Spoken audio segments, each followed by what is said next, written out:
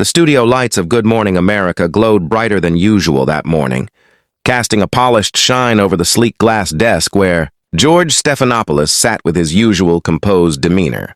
Across from him, however, was someone who didn't fit neatly into the predictable rhythm of morning television, Reba McEntire, a legend whose calm smile carried decades of experience, resilience, and a reputation for never backing down when it mattered. The audience expected warmth, laughter, and perhaps a few stories about her music or career.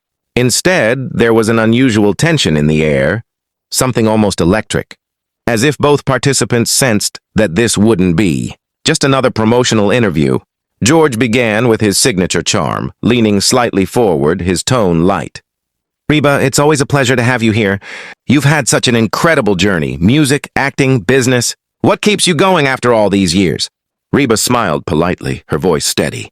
Well, George, I've always believed in staying true to who you are. That's what keeps me going. The fans, the music, and telling stories that mean something. The conversation flowed smoothly at first. They spoke about her latest projects, her influence in country music, and her enduring connection with fans. Reba's laughter filled the studio, warm and genuine, easing the atmosphere. But then, as often happens in live television, the tone shifted. George adjusted his papers and glanced at her with a more serious expression. Reba, you've always been admired for your authenticity. But some critics say that artists, today, including country legends, avoid speaking out on certain controversial issues. Do you think that's fair? There was a brief pause. Not long enough to alarm viewers, but long enough to signal a change. Reba's smile faded slightly, replaced by a thoughtful look.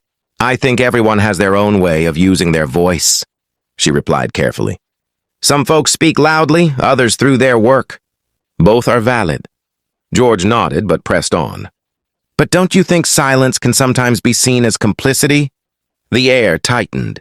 Reba leaned back slightly, crossing her hands in her lap. Her voice remained calm, but there was a new firmness beneath it. I don't believe in forcing people to speak on things they're not ready or equipped to talk about. Authenticity matters more than pressure. George's tone sharpened just a fraction. But with your platform, don't you feel a responsibility to address bigger societal issues? That was the moment everything shifted. Reba straightened, her eyes locking onto his.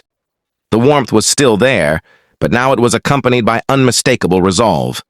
George, she said, her voice steady but unmistakably firm, I've spent my life connecting with people through music, through stories that bring folks together. I don't believe in dividing my audience just to fit into someone else's idea of what I should say. The studio fell into a near silence. Even the crew seemed to sense that something significant was unfolding. George attempted to maintain control. It's not about division, it's about using influence for change. Reba didn't flinch. And I do that in my own way. But let me be clear, I won't be boxed into a narrative that doesn't represent who I am. I've worked too hard for too long to let anyone define my voice but me. Her words landed with weight, echoing beyond the studio. George paused, clearly recalibrating. For a moment, the polished rhythm of morning television disappeared, replaced by something raw and real. I'm just asking the questions people are thinking, he said. Reba nodded. And I'm answering them honestly. That's all I've ever done. There was no anger in her tone, only clarity. The tension, however, didn't fade. If anything, it deepened, becoming more compelling. Viewers at home leaned closer to their screens, sensing they were witnessing something unscripted. George shifted gears slightly, perhaps recognizing the intensity of the moment. Let's talk about your fans. You've built one of the most loyal audiences in music. What do they mean to you? Reba's expression softened again, but the strength remained. They mean everything. They've been with me through every chapter of my life, and I respect them enough to be real with them, not to pretend to be something. I'm not. She paused, then added, that includes knowing when to speak and when to listen. The statement hung in the air, subtle but powerful. As the interview continued, the earlier tension never fully disappeared. Instead, it transformed into a kind of mutual respect. Two strong personalities, navigating a difficult conversation without backing down. George, to his credit, adjusted his approach, asking about her upcoming tour, her acting roles, and her legacy. Reba answered with grace, but there was an unmistakable confidence in her tone now, as if she had firmly set her boundaries. Near the end of the segment, George offered a closing remark. "Reba, you've certainly given us a lot to think about today."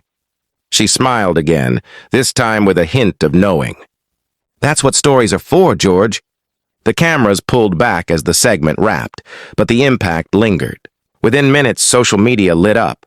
Clips of the exchange spread rapidly, sparking debates, admiration and headlines. Some praised Reba for standing her ground, calling her response powerful and authentic. Others dissected every word, analyzing the tension and its implications. But one thing was undeniable. This was no ordinary interview.